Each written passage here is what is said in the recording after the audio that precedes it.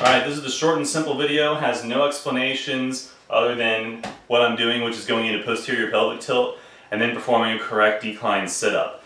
In order to progress this exercise, you're going to do one of two things, never at the same time. You are either going to raise the incline up until you get to about 40-45 degrees, or you are going to add a little bit of weight. You're not going to do both at the same time, because then what you're doing is kind of doubling the difficulty increase. You can overshoot, you can lose some form, hurt your back, right? Strain something in your hip flexors. Trust me, none of that's fun. So be smart and progress safely, okay? You go up a little bit at a time. Now, as far as the weight progression goes, add 1, 2, 3 pounds at a time if you're a smaller person. If you're big like me and you're already pretty strong, you can probably get away with doing 5 pounds. Part of the purpose of using a higher rep range is to build muscle, but the other part is that since we're operating within a somewhat larger strength buffer, if you want to think of it like that, you know, working with like 80% of your max as opposed to like 95% or 90%, then and maybe it's less than that, right?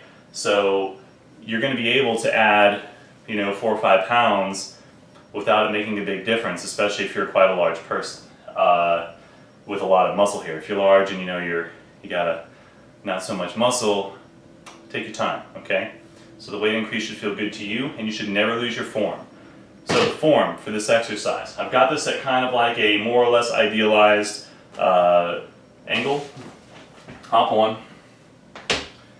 You want your knees pretty close together, okay? And most of the time people are going to start off from the bottom, so I'm going to show that. So you're starting off at the bottom, your back is arched. Okay, that's natural.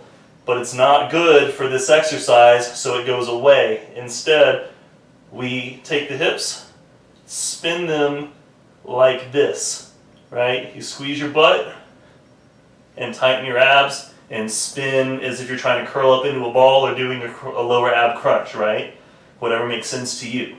This is called hollowing your hips, and is a fundamental movement that you're going to need to know, especially if you're into calisthenics or gymnastics. Now, once I've hollowed my hips, pressed my lower back against the bench, you'll notice that my upper back is not on the bench, but my lower back is. I'm also not staring at my junk.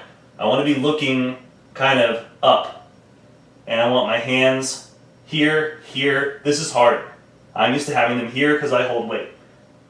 First I set pelvic tilt, and then I lift up, okay? I keep the pelvic tilt, and then I go down. And so as that happens, the glutes are going to slide inside of your shorts, or if your shorts are really tight, the shorts are going to slide like a wheel spinning out on the bench. And that's how you're going to know you're really doing this right. If you don't feel that movement, then what's happening is you'll probably, if you pay attention, you'll probably realize, uh-oh, I'm arching my back as I go down. That's a no-no, okay? That's telling you that you're using too much weight or too much incline, okay? So take your time and work through this, all right? Nice and slow. Take your time, be smart, and you'll do great. If you want to hear more of me talking and some more opinions and a little more information on how this carries over to other things, then feel free to watch the full version video right here. But until then, catch you at the next video. Peace.